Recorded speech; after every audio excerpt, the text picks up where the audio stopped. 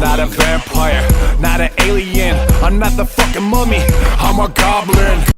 Greetings, my Goblin Nation! I am the Twisted Goblin! And I'm here to talk about episode 4 and 5. But I titled it different because, you know, I'm a bit behind with stuff. So I'm like, you know what? What's more interesting? The things you missed, it's some clickbaity stuff going on more. And also more in general that you don't have to have watched the other episodes, you know, because the Mandalorian are a warrior race. They are like Vikings. They're a bit like Vikings. A lot of honor when out them warrior race. I love the Mandalorians. Mandalorians are how Star Wars was meant to be. Like the honor. They're still badasses. I don't like the peaceful Mandalorians, the new Mandalorians that we had in the Clone Wars because they were very peaceful. They didn't do the warrior way. I think you can be a warrior and still be good. I have a feeling like the core of the Mandalorians, what makes the Mandalorians so great is the warrior instincts and the honor that they have. Like they have, even if they're fighting each other, they still have that honor. And that's what I love! They're not just pirates that will betray each other. They have some honor codes. They have all the things. And the Mandalorians we see on the Mandalorian is warriors that don't take their helmet off. Most of them. That's more like a cult section, and there are lots of different Mandalorians. Certainly after the Seeds of Mandalore, their home planet got destroyed. They're scattered across the galaxy. Like those Mandalorians, those are very much like real. They're also Mandalorians are ones that can fight the Jedi because that was their they love fighting. So that they fight for good or bad doesn't matter to me. What this is like their honor, the aims. They're fighting, and yes, sometimes like they have a code, and the Darksaber is one of the things that can lead them. The other thing is the beast I forgot the name, but they're Mandalorian beasts, like really the ones that they ride on. They like those beasts that they ride on. Those are fucking amazing. We see that there is one alive on Mandalore in a few episodes ago, and I'm like, I hope the Mandalorian rides it, but seems like Bo-Katan is gonna ride also Mandalorian warrior that's also been in the Clone Wars. She was like a warrior. I like the Mandalorian more that he would kind of thing, but he is, you know, in the beginning phase. He's still working his way.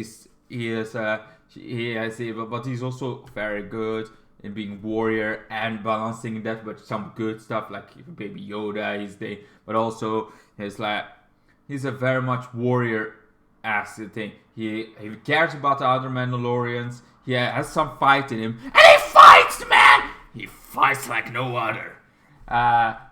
He's not he's not the strongest. He's not like Bo-Katan that has lots of experience, like a lot. She has been in the Clone Wars warrior. She has lots of experience. While the Mandalorian, it's like he has a little bit less of experience, but he's still a badass. He's not the strongest badass in the Mandalorian, but Mandalorians are badass as general. So,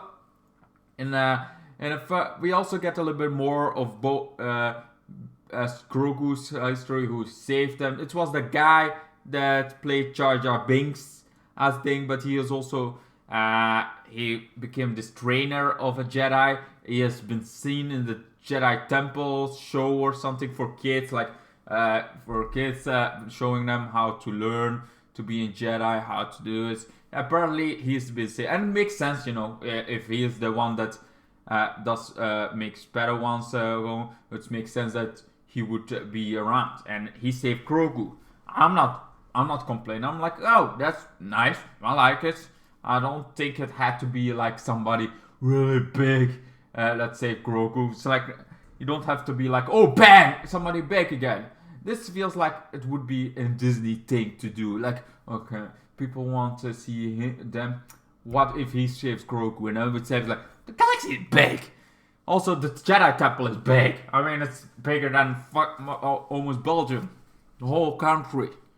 Maybe not that big, but still, would be at least bigger than some cities. So it makes sense. We get also we get some more of the Mandalorian. Bo-Katan has joined the Mandalorians after her temple got destroyed.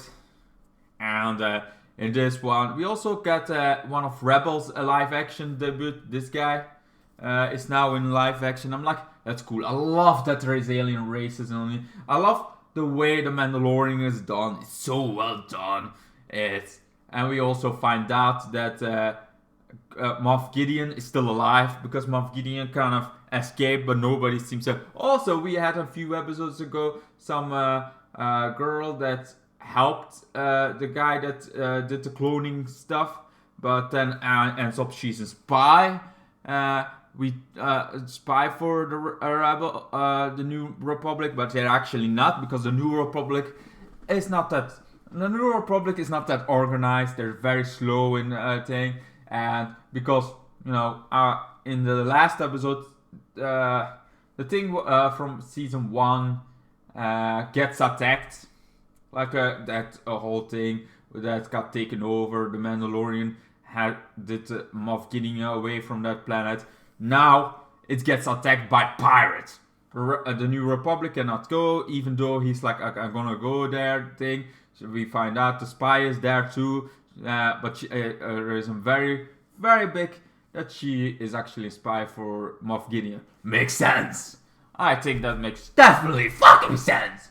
So, but the pirates, while that's going on, the pirates are destroying the. Of course, the Mandalorians are scattered, hiding in places. So the Mandalorians are hard to find. He cannot find his friends. The Mandalorians are then hiding. The rebel finds them because of the R5. It's like, oh, I have a spy in your midst. It's that machine's like, seriously? Robots, man. Yeah, machines, you can never trust them. They can spy on you. You never do. They're spying on you. Everything can spy on you. I will destroy it. Like, literally. But then it's also like, maybe you can go into the light, so it's not a big deal. If you go, and my friend, the Mandalorian says, my friend is being but he is offering us a whole piece of land of it. I'm sure it was actually me, but would be cool to have everybody, I don't say you have to join me, but if you join me to try to take it back from this pirate, this J.V. Jones as pirate, we can have a piece of land in there, while, sure, Mandalore is alive. Some people, even in YouTube, some people think it can be safe. Some people think it can. I think it can be safe. It's gonna be hard. Everything is hard. If you, after war, after so much happened, it's never gonna be what it once was. But it can still be hope. It can still be in plan. But also love ruins. I love seeing ruins from a whole city, ruins from all this. It feels like so much this whole story that we don't see, but we actually do. It's like the whole story, all destruction. I love the ruins. Yes, it's Mandalore, and yes, it's like, and I hope the Midasar. That was the Midasar comes thing and able to ride it. I don't think in this last season. In this season, or maybe the next season, able to ride it. But anyway, so they go there. They go trying to save the world. Trying to save one world, one city of these pirates. The pirates, of course, Bo-Katan is in the ship, and now we got. Besides Bo-Katan, we also got the Mandalorian in this ship. So they trying to fight in space, like. You see the Mandalorian tries to keep the ships away, distract them, while the other Mandalorians comes in, goes to the ground. You got all this like very military. I hope if there is a Star Wars Battlefront 3, 4, whatever, we're gonna have the next Star Wars Battlefront. I'm not sure because EA is not doing well.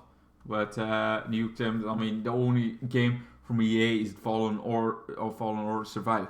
But if we ever get another Battlefront, I hope they do the Mandalorians too, because now you see how awesome the Mandalorians are. They come in, they start shooting at things. They are very very good, trusting each other very much. And I love that about it, because the Mandalorians are so much connected. They're not gonna portray each other as much. It's very rare to see them portrayed, and there you see them, the connection as brothers and sisters. They're maybe not big, they're not big, but they trust each other. Even though Bo-Katan was from another sect of the Mandalorians, and even though Bo-Katan is kind of removed her helmet before, and is the one that kind of got them in this situation where they are all scattered across the galaxy. Even though the armor is like, you know what? I can forgive you. I can forgive all the things you didn't do. Your helmet off. In the end of this episode, last episode, episode 5, yeah, she removed her helmet because she walked all the ways of the Mandalorian. She seems like she respects them, even though at first she didn't respect the man or that culture of this. But after seeing the Minotaur, she feels like more respect to other Mandalorians. Certainly the cult thing, because they believe they have more faith. They have like a faith across things of how they think. She was more a warrior that feels like her parent. Now she feels also faith that this is maybe a new era. That's what the armor also believes, while when she can be able to take it off and then goes find other Mandalorians like her, like others, because you know they're cults. And the armor does a thing before that, you know, the Mandalorians tries to take over, save the day. Because the New Republic is not doing any good shit. It's like, hey, they don't want to connect with us. They want to be their own thing. Too bad for that. It's like, it's that kind of. I always hate it when this happens, but it happens like in real life even. Like, yeah, they're on the planet. They're not gonna help because, you know, war is kind of hard to do, and we have already like so many planets to save. So why would we go to somebody that wasn't ally with us? What does that benefit us? It's like that's even though we're good, even though we have like lots of other planets we have to take care about first. So we can, but thanks to the Mandalorians, they take over and they get a place there. So this makes also say, I feel like this also makes sense, like getting here the Mandalorians, because it all begin here, like in season 1 of the Mandalorian. This was a big story planet. We go there back. Moff Gideon is like it all begin here, so it makes sense that the Mandalorians would get their own home there, and I love that. Like I think I have seen lots of Star Wars. I like the lore behind all the Star Wars movies. I like some books of the Star Wars movies that plays beyond things. I like that. I love it even. And the games, I love it. But the movies themselves, just the movies, I feel like were fine. Nothing special, but I love the whole universe of Star Wars. And the warriors, like the Mandalorians, but you only know Boba Fett. Jango Fett. That was like all you know from the movies. And then I had the Old Republic, where there was also lots more lore of the Mandalorians. And like the lore gets expanded on other stories. People making videos about it. Oh, that was so awesome. And then we get the Mandalorian. The series that made, yes, I love the Sith, but the Sith, the Empire, Sith Empire is what I loved most. Like that lore, the beginning of Caravan, where they begin, all that. The Rule of Two, I felt like, yeah, the beginning is cool, Darth Bane, and they hide, but there's like 2. There was only 2. And if you can defeat them both, you destroy a fucking planet with them on. It's that. And it's also like, the Rule of Two, never my favorite thing. I love the Sith Empire. Sure, there is more infighting than anything. They have almost no honor, but there's still that way of life, that there can be good, there can be bad Siths that still do good because they want to rule. And there is then Mandalorian the Ultimate, and there's like Mandalore the Ultimate, Mandalore the Great, like lots of Mandalorians. History is also from the Sith Empire. It's why I love like the warrior, just the fighting. Just think like the Mandalorian does it best. I hope someday we get like maybe a Sith, but I don't think so because Siths are very dark, very hard to nail across the ways the Sith Empire is. It feels also always like, yeah, we cannot touch just evil for evil's sakes because they do lots of evil things. It's not like the rule of two where there are only two and the rest are army. No, those are lots of Sith. Those will be battles that nobody could ever get the money for it. But the Mandalorians is scattered now and they felt so good to coming together. And then with Bo-Katan maybe becoming the new Mandalore. I think it's gonna be Bo-Katan. It seems like the series is very much going to Bo-Katan is gonna be the Mandalore, the next Mandalore. She's gonna bring everybody together. Even Yarmer thinks that after seeing like while the Mandalorian Simba, but she also feels like the Mandalorian still has ways to go to get to the point to be able to Mandalore. He is not some great warrior yet, but he gets to that. So like you see his completion that he is not there yet, but he wants to do his best. He has a foundling that he has to train. He has like maybe he goes with Bo-Katan, maybe he's going his own way for now, trying to find off Gideon. But also feels like maybe this is all working towards like the Mandalorians together, and then they're gonna fight Tron, the guy with red eyes from Rebels. Like they maybe gonna become a big thing. That would be a fucking awesome move to see the Mandalorians go with with Ahsoka going against Tron because Tron is still a fucking Empire thing, and he being the big villain of the TV show. I would love it because the Mandalorians are my favorite race of all the kings because the first Mandalorians were an alien race, but they adopted things very Viking-esque going on to Mandalorians. Even in the beginning, they were more ruthless and very much like a ruthless thing, but they start to have like more some common sense, but still hated Jedi because that's what they thought. But then, like I see there now, even having two Jedi's. Like now they have the Foundling, and before that they had Visa, one of the Jedi. So all that is fucking amazing. It's insanely amazing how fun the Mandalorian is. All the stories that has been going on. This is what I love about Star Wars. The Mandalorian is what I love about Star Wars. All this universe, the Mandalorian. Yes, I would love to see like the next enemy to be a Sith, like or at least a Dark Jedi. A Dark Jedi versus the Mandalorians. Okay, having a Sith as the big villain. Over a Dark Jedi as a big villain against the Mandalorians. That would be also fucking awesome to see.